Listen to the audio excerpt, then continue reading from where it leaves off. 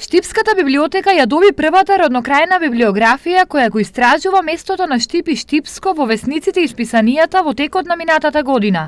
Во библиографијата статиите кои што се обработени зборуваат за секојдневниот живот на граѓаните, потоа за политичкиот живот, за спортот во градот, манифестации кои што се одржуваат како што се Макфест, Пастрмалијадата, голем број на настани, изложби, промоција на книги.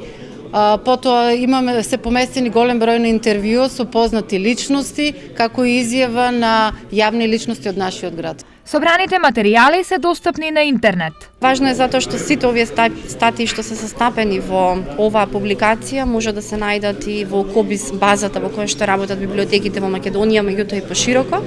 Тоа е страницата на виртуелните библиотеки на Македонија, каде што секој истражувач, без разлика каде се наоѓа, дали е во Македонија или во странство, може точно да го најде насловот, да го најде регистарот на автори кои што ги имаме во оваа библиографија. Во склоп на библиотеката беше промовирана и книгата Од агресија до љубов, во организација на библиотеката и УГД. Тоа е темата за љубовта, представена на еден многу популарен начин, но кој што професорот Чепреганов и коавторот Теодора Костовска се обидуваат тоа да го направат на еден популарен начин, достапен за целокупната читателска, но и стручна популација. Станува збор за книга која е заедничко дело на професорот Методи Чепреганов и Теодора Костовска.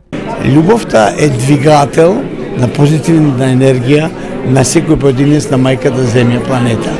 Се обидовме да го тоа пренесеме на еден разбирлив начин, за да сите партиципанти на мајката Земја, планета сватат како треба да живеат, како треба да се почитуваат, како треба да разговараат, да се почитуваат, нели, да имаат флексибилност, затоа што љубовта и за жал и агресијата секојдневие практично е четиво кое ќе им помогне на луѓето да може да ги спозна, да стекнат увид во сопствените емоции, да може да се самоспознаваат со цел да ги разрешуваат своите внатрешни конфликти.